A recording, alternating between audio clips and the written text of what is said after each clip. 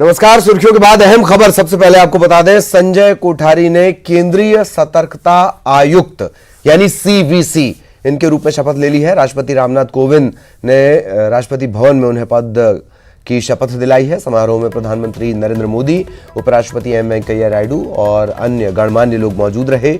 इससे पहले वो राष्ट्रपति के सचिव थे। शपथ ग्रहण समारोह के दौरान लॉकडाउन के नियमों का पालन किया गया और जो लोग शामिल थे उन्होंने बाकायदा सोशल डिस्टेंसिंग, शारीरिक दूरी का ख्याल रखा। आपको बता दें कि केंद्रीय सतर्कता आयोग सीवीसी के प्रमुख का पद अभी जो केवी चौधरी हैं, उनका कार्यकाल पूरा होने के बाद पिछले साल जून से खाली पड़ा हुआ था। आज राष्ट्रपति भवन में आयोजित एक सादे समारोह में संजय कोठारी ने केंद्रीय सतर्कता आयुक्त सीवीसी के तौर पर शपथ ली।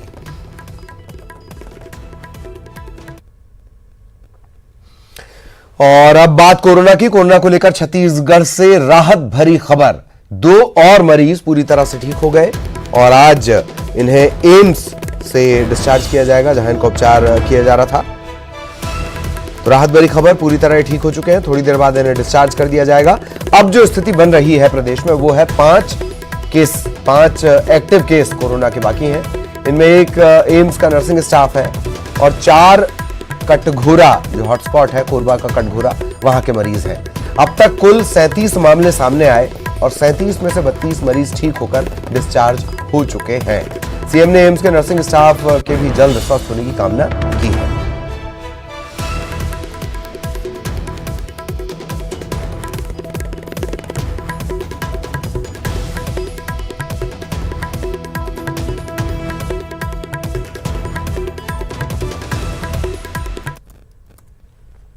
इधर सीएम भूपेश बघेल ने केंद्र सरकार द्वारा लॉकडाउन में राहत देने के कदम का स्वागत किया। सीएम ने ट्वीट कर लिखा कि मैंने कुछ दिन पहले प्रधानमंत्री जी को पत्र लिखकर संक्रमण के प्रकोप से पूर्णतः सुरक्षित इलाकों में दुकान खोलने के लिए आग्रह किया था और उसके बाद केंद्रीय गृह मंत्रालय ने आदेश जारी किया।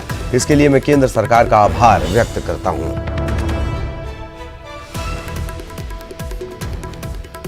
लॉकडाउन में जो राहत दी गई है, सशर्त छूट जो दी गई है, कल जिसके बारे में केंद्रीय गृह मंत्रालय की तरफ से आदेश जारी किए गए थे, उसे लेकर सीएम भूपेश बघेल ने केंद्र सरकार के इस फैसले का स्वागत किया।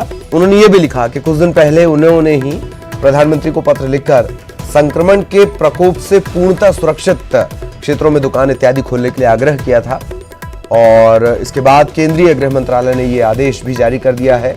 इसके लिए वो केंद्र सरकार के आभारी हैं। ये आभार उन्होंने व्यक्त किया है। खबर रायपुर से। केंद्रीय कैबिनेट सचिव के साथ अधिकारियों की बैठक हुई है। वीडियो कॉन्फ्रेंसिंग के जरिए ये बैठक हुई। वीडियो कॉन्फ्रेंसिंग के बाद कलेक्टर ने कहा है कि केंद्र के निर्देश को लेकर ये बैठक थी, राज्य सरकार की बैठक, और राज्य सरकार के साथ भी इस पर चर्चा की जाएगी। इस बैठक के बाद जो गाइडलाइंस हैं उनको लेकर तय किया जाएगा। अभी पहले की तरह ही प्रतिबंध लागू रहेंगे। दूध, किराना, बाकी की जो सामानें हैं, बाकी के जो सामान है उनके संचालन, उनके दुकानों के संचालन की अनुमति रहेगी।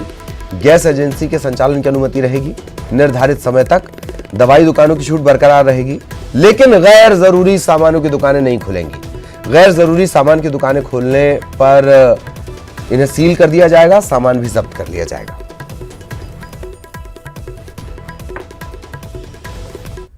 ऑफ इंडिया ने जो आदेश निकाला है वो अभी स्टेट गवर्नमेंट इसको अभी अडॉप्ट करने के बाद ही ये अपने स्टेट में लागू होगा। उसके संबंध में भी एक मीटिंग होने वाली है, तो मीटिंग के बाद आपको क्लियर हो जाएगा। और जहां तक टाइमिंग की बात है, जो पेट्रोल पंप्स है, मेडिकल शॉप्स और जो मिल्क पार्लर है और जो गैस एजेंसी है, वो पूर्व में जितनी भी जो उनको जो टाइमिंग जो दिया गया था उस हिसाब से खुला रहेगी। बाकी सभी जो दुकानें, जैसे 4 बजे तक हमने अभी जो एक लिस्ट निकाले हैं उसी बेसिस पे, और कुछ जैसे जो सीमेंट और सरिया दुकानें हैं और जो पंक्चर दुकान वगैरह जो भी है, तो वो 2 बजे या 3 बजे जो लिस्ट के आधार पे वो खुला रहेगा। जो नॉन एसेंशियल दुकानें जो खुला रहेगा उनके ऊपर सख्त कार्रवाई किया जाएगा और उसको जो पूरा लॉकडाउन के दौरान उनको बंद रखा जाएगा। जो शासन ने जो दिशा निर्देश दिए हैं उसका पालन करना पड़ेगा और एसेंशियल आइटम खरीदने के लिए घर से बाहर निकलना पड़ेगा। अब भी वो गाइडलाइन जो है वो काम कर रही है। दुकानों का भी एक निर्धारित समय दिया हुआ है। वो समय के बाद अगर कोई दिखा हम लोगों को घूमते हुए, तो उसके ऊपर हम लोग कड़ी कार्रवाई कर रहे हैं। हालांकि राजधानी रायपुर में लॉकडाउन के दौरान पहले से ही राहत मिलने के बाद कुछ दुकानें खुल रही थीं। केंद्र सरकार के निर्देश के बाद आज व्यापारी खुद दुकानें खोलने लगे। राज्य सरकार से निर्देश नहीं मिलने से थोड़ी देर संशय की स्थिति रही। हालांकि जैसा हमने आपको बताया, बैठक के बाद कलेक्टर ने कहा है कि जो गैर जरूरी सामान है उसकी दुकानें अभी नहीं खुलेंगी। सरकार के निर्देश की जानकारी मिलने के बाद राजधानी की दुकानें खुलने लगी हैं। मालवीय रोड पर इस वक्त मैं मौजूद हूं और यहाँ की तस्वीरें आपको दिखाऊंगा कि यहाँ पर जो दुकानें हैं ये खुल रही हैं और जिस तरह से ये राजधानी का मेन इलाका है, यहीं से मार्केट जाता है और आप देखिए कि जो भी दुकानें हैं वो यहाँ पर खोली जा रही हैं और उसके अलावा जो दिशा निर्देश दिए गए हैं कि मास्क पहन करके लोग पहने, तो अभी उसका पालन करते हुए भी कुछ लोग यहाँ पर दिखाई दे रहे हैं। वहीं दूसरी तरफ आप ये भी देखिए कि कुछ ऐसी भी दुकानें हैं जो अब तक नहीं खुली हैं। राज्य सरकार के निर्देश का शायद वो इंतजार कर रहे हैं और जिस तरह से कुछ दुकानें खुली हैं, कुछ नहीं खुली हैं, कुछ इस असमंजस की स्थिति में है कि दुकान खोलें या नहीं खोले हैं, क्योंकि अभी तक के उनको निर्देश जो है वो स्पष्ट रूप से पता नहीं चला है। ये आपकी शॉप मेरी नहीं, मैं ग्राहक हूँ। मैं प्रशासन से एक बात बोलना चाहूंगा, जब आप दुकानें खोलने का ऑर्डर कर रहे हो तो लोगों के आने जाने का भी तो छूट दो। आने जाने की छूट भी, अगर आप आने जाने की छूट है ना, ये एक गाड़ी में एक व्यक्ति जा सकता है। हाँ, वो फिलहाल है और आप अभी देखिए कि बाकी लोग जो है दुकानें खोलने के लिए वेट कर रहे हैं कि उनको कोई दिशा निर्देश मिले, उसके बाद दुकानें खोली जाए। ये आपकी शॉप है? जी सर। अच्छा, तो अभी आप क्या वेट कर रहे हैं? बाहर काफी देर से खड़े हुए हैं। अभी तक राज्य सरकार का जैसे नोटिफिकेशन कुछ नहीं जारी हुआ है, जारी होगा तो उसके बाद ही आगे हम लोग खोलने का चाहेंगे। अच्छा, तो सुबह से आप पहुंच गए थे कि अब आपको दुकान 15-20 मिनट पहले आए हम लोग। हाँ, नहीं मतलब इंतजार तो कर रहे हैं ना कि आप इंतजार कर रहे हैं। बिल्कुल, सेंट्रल गवर्नमेंट बोल दिए, स्टेट गवर्नमेंट में कुछ नोटिफिकेशन जारी नहीं हुआ है, उसका इंतजार कर रहे हैं हम। हाँ, तो बिल्कुल कुछ दुकानें जो है वो केंद्र के निर्देश की जानकारी मिलने के बाद खुल गई हैं और कुछ इंतजार इसलिए कर रहे हैं कि राज्य सरकार की ओर से कोई दिशा निर्देश जारी हो और उसके बाद वे अपनी दुकानें खोलें, क्योंकि पूरे जो नियम है वो और दिशा निर्देश है अब तक वो तमाम व्यापारियों के पास नहीं पहुंचे हैं। काफी असमंजस की स्थिति है कि आखिर कौन सी दुकानें हैं, समय क्या होगा, कब तक खोला जाएगा और जिला प्रशासन इसको लेकर के किस तरह की स्थिति बनाता है, तो ये तमाम जानकारी अभी तक के व्यापारियों के पास नहीं है और इसलिए कुछ दुकानें शहरों में खुली हुई दिखाई दे रही हैं, तो कुछ दुकानें ऐसी हैं जो अभी खुलने के इंतजार में लोग बाहर बैठे हुए हैं। कैमरा पर्सन धर्मचंद साहू के साथ देवव्रत भगत, न्यूज 18 रायपुर। तो ये कुछ देर पहले की चर्चा है और जैसा कि अभी हमने आपको अपडेट शुरुआत में बताया कि कैबिनेट सचिव के साथ बैठक हुई। बैठक के बाद अभी कोई फाइनल फैसला नहीं लिया गया है, लेकिन उससे बाहर आने के बाद अधिकारियों ने क्या कुछ कहा वो भी हमने आपको सुनवाया। सहयोगी देवव्रत इस वक्त हमारे साथ जुड़े हुए हैं। देवव्रत, ये अभी एक अहम बैठक भी हुई, हालांकि बैठकों के दौर तो अब चलेंगे, राज्य सरकार क्या क्या चाहती है दुकानें खोलना, लेकिन यह साफ कर दिया गया कि फिलहाल गैर जरूरी सामान के लिए राहत नहीं मिलेगी। इसे और कब तक साफ किया जाएगा प्रशासन की तरफ से?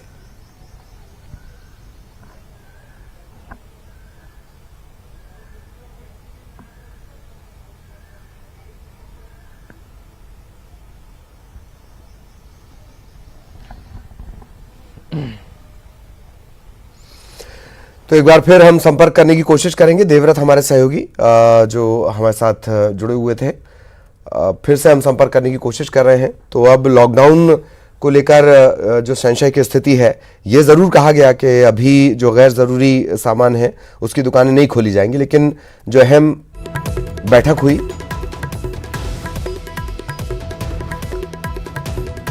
उस केंद्रीय कैबिनेट सचिव के साथ बैठक हुई है। उस बैठक के बाद ये कहा गया है कि गैर जरूरी सामानों की दुकानें फिलहाल नहीं खुलेंगी। अगर ये दुकानें खोली जाती हैं तो सील कर ली जाएंगी, लेकिन उस गैर जरूरी सामान की एक लिस्ट भी होनी चाहिए और जो भी हो वो व्यापारियों को साफ साफ पता होना चाहिए। सहयोगी देवव्रत एक बार फिर हमारे साथ जुड़ चुके हैं। देवव्रत, ये जरूर संशय था क्या दुकानें खुलेंगी क्या नहीं खुलेंगी। केंद्रीय कैबिनेट के सचिव की बैठक के साथ के बाद ये साफ भी कर दिया गया कि गैर जरूरी सामान नहीं, लेकिन और ज्यादा साफ तरीके से बताना होगा दुकानदारों को कि किन्हें दुकान खोलनी है और किन्हें नहीं खोलनी। जी बिल्कुल, क्योंकि जिस तरह से केंद्र की ओर से कोई निर्देश जारी किया जाता है तो उससे राज्य सरकार अडॉप्ट करती है और उसके बाद तमाम जिला प्रशासन को निर्देश दिए जाते हैं कि उनका क्रियान्वयन सही तरीके से किया जाए।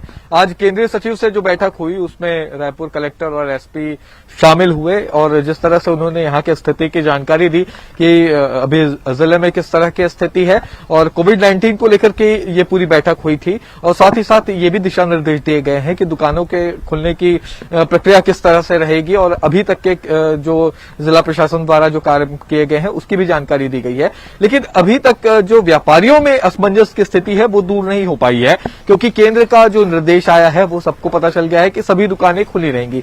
लेकिन उन सभी दुकानों में क्या जरूरी दुकानें खुली रहेंगी या गैर जरूरी जो चीजें हैं उनकी लिस्ट किस तरह की होगी, तो इन सब चीजों को लेकर अब भी संशय की स्थिति बरकरार है। और जिस तरह से कलेक्टर से हमारी बात हुई तो उनका भी ये कहना था कि राज्य सरकार की ओर से एक और बैठक की जा रही है और फिर स्पष्ट दिशा निर्देश जो है जिस तरह से राज्य शासन जारी करेगी उसके बाद तमाम जो जिला कलेक्टर हैं वो व्यवस्था बनाएंगे। लेकिन फिलहाल जो प्रतिबंध पहले लागू किया गया था, जो नियम कानून बनाए गए थे लॉकडाउन को लेकर के, वही नियम कानून अभी राजधानी रायपुर में पालन किए जाएंगे। यानी कि अगर जो आवश्यक सामग्रियों की जो दुकानें हैं वो खोलने का जो तय समय 4 बजे तक के रखा गया था और इसके अलावा कुछ एसेंशियल ऐसी चीजें हैं जैसे ऑप्टिकल है, इलेक्ट्रॉनिक्स है और इसके अलावा प्लम्बिंग की दुकानें हैं, इनके खोलने का समय दोपहर 11 बजे से लेकर के 2 बजे तक के रखा गया था। तो ऐसी दुकानों को लेकर के तय समय तक के ही खोलने की अनुमति अभी दी जा रही है और अगर उसके बाद ज्यादा देर तक की दुकानें खुली रहती हैं तब वहां पे कार्रवाई यहां पर जिला प्रशासन द्वारा की जा सकती है। लेकिन जिस तरह से व्यापारियों में आज हमने देखा कि कई व्यापारी इंतजार कर रहे थे, ये कंफ्यूजन खत्म होना चाहिए व्यापारियों के लिहाज से भी और आम आवाम के लिहाज से, आम पब्लिक के लिहाज से भी। बहुत बहुत शुक्रिया देवव्रत आपका इस तमाम जानकारी के लिए। सहयोगी देवव्रत हमारे साथ जुड़े हुए थे और रायपुर से अगली खबर हम आपको बताएंगे, आगे बताएंगे। फिलहाल एक ब्रेक के लिए रुक रहे हैं। आपका स्वागत है। जैसा ब्रेक पर जाने से पहले हमने जिक्र किया था, रायपुर से एक अहम खबर, छात्रों के बाद अब बाहर जो मजदूर फंसे हैं उनको लाने की कवायद तेज कर दी गई है। सीएम भूपेश बघेल ने बयान दिया है, केंद्र सरकार से चर्चा के बाद फैसला लिया जाएगा। कोटा में फंसे छात्रों को लाने के लिए बसेस भेज दी गई हैं। छात्रों को क्वारंटाइन किया जाएगा, उसके बाद उन्हें घर भेजा जाएगा और मजदूरों को लाने को लेकर भी सरकार चर्चा करेगी केंद्र सरकार से और उसके बाद कोई फैसला होगा। कोशिश है भारत सरकार से, हम अनुमति चाह रहे हैं कि जो विभिन्न राज्यों में फंसे हमारे मजदूर हैं उसको भी हम ला सकें। जैसे भारत सरकार से सहमति बनती है, अनुमति मिलती है, तो विभिन्न राज्य में फंसे हुए मजदूर हैं उनको भी हम छत्तीसगढ़ लाएंगे। मजदूर जो फंसे हैं वो उनकी संख्या लगभग 1 लाख से अधिक है। अभी तक के हमारे पास जो जानकारी है वो 1 लाख की है, ये और भी बढ़ सकता है। तो अधिकारियों को हमने निर्देशित किया है कि विभिन्न राज्यों में फंसे हुए जो मजदूर हैं उनकी जानकारी, डिटेल जानकारी वो ले ताकि उनको समय पर मदद की जा सके। इधर जांजगीर चांपा में लॉकडाउन के कारण फंसे 34 लोगों को उनके गृह जिले के लिए बस से रवाना किया गया। सभी लोग चांपा तहसील के आश्रय स्थल में तकरीबन 1 महीने से फंसे हुए थे। ये सभी अलग अलग जिले के रहने वाले हैं। सभी लोगों को 1 सप्ताह का राशन और दवा दे दी गई है। इतना ही नहीं, बस को रवाना करने से पहले उसे सैनिटाइज किया गया, लोगों का स्वास्थ्य परीक्षण भी किया गया। चांपा के एसडीएम ने इस बस को रवाना किया।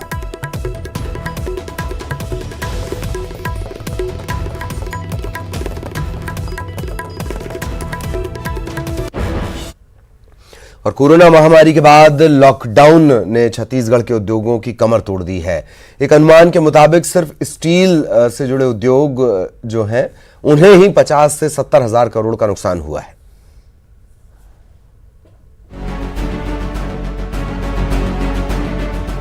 कोरोना से पहले की वह तस्वीर याद कीजिए जिसमें देश भर में मंदी की मार थी। मंदी के दौर से उद्योग सभी उभरे भी नहीं थे कि कोरोना ने कमर तोड़ दी। आलम यह है कि लॉकडाउन के दौरान अधिकांश मजदूर अपने अपने राज्य को लौट चुके हैं, तो वहीं बचे हुए मजदूर रियायत मिलने के बाद भी काम करने नहीं पहुंच रहे। उर्ला इंडस्ट्रीज एसोसिएशन के अध्यक्ष की माने तो उद्योगों को इस स्थिति से निकलने में काफी वक्त लगेगा। भारतवर्ष के उद्योग व्यापार पूरी तरीके से एकदम स्टैंड स्टिल हो गए हैं, बिल्कुल रुक गए हैं। उद्योगों में जो सबसे बड़ी जो मार पड़ रही है वो ये पड़ रही है कि आज लॉकडाउन खुलने के बाद भी जो लेबर उनके यहाँ कर्मचारी या लेबर काम करते थे, श्रमिक, वो जो दूसरे राज्य से हमारे प्रदेश में आते थे वो वापस अपने गाँव जा चुके हैं। कोरोना महामारी के समय में उद्योग और उससे जुड़े लोगों को बचाने के लिए चैम्बर ऑफ कॉमर्स ने सरकार से मदद की गुहार लगाई है। उद्योगपतियों ने राहत की मांग की है। लॉकडाउन की अवधि का बिजली बिल माफ किया जाए, बैंक लोन पर 3 माह का ब्याज माफ किया जाए, छोटे व्यापारियों को 10 लाख तक बिना गारंटी ब्याज लोन दिया जाए, EMI में 3 माह की राहत दी जाए, जुलाई से वसूली हो, आयकर GST का रिफंड 30 अप्रैल तक जारी किया जाए, प्रॉपर्टी टैक्स में राहत दी जाए। Chhattisgarh chamber of commerce and industries व्यापारियों के लिए राहत पैकेज की सरकार से मांग की है, जो इस प्रकार है।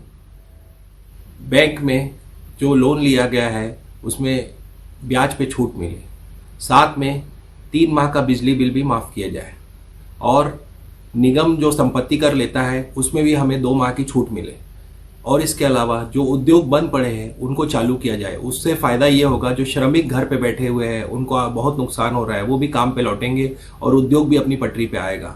वैसे ये देखा जाए कि जो लोन सरकार ने कहा है कि भी लोन की सुविधा या लिमिट की सुविधा हमारे को तुरंत दी जानी चाहिए, वो बैंकों के द्वारा नहीं दी जाने के कारण से हम आगे बढ़ने की स्थिति में नहीं हैं।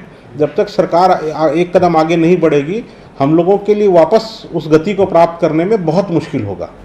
छत्तीसगढ़ स्टील उद्योगों के नाम से जाना जाता है। लॉकडाउन के कारण उद्योगों को भारी नुकसान हो रहा है। उर्ला इंडस्ट्रीज एसोसिएशन के अध्यक्ष की माने तो लॉकडाउन की वजह से छत्तीसगढ़ के स्टील उद्योगों को 50 से 70 हजार करोड़ का नुकसान हुआ है।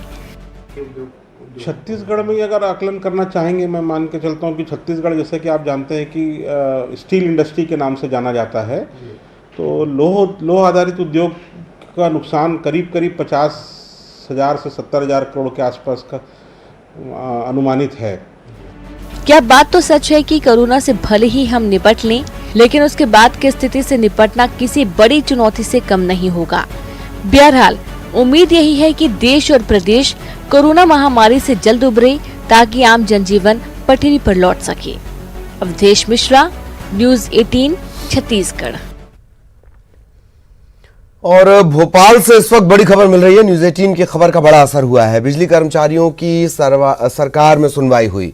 मुख्यमंत्री कोविड-19 योद्धा कल्याण योजना में अब इन्हें शामिल किया जा रहा है।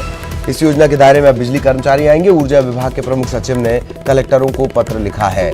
नियमित संविदा और आउटसोर्स कर्मचारी इसका हिस्सा बनेंगे। 50 लाख के बीमा के दायरे में आएंगे बिजली कर्मचारी। न्यूज़ 18 ने प्रमुखता से इनकी दिक्कतों को दिखाया था, इनकी समस्याओं को दिखाया था। खबर के बाद विद्युत विभाग जागा और इन कर्मचारियों को इस योजना में शामिल करने का फैसला लिया गया है।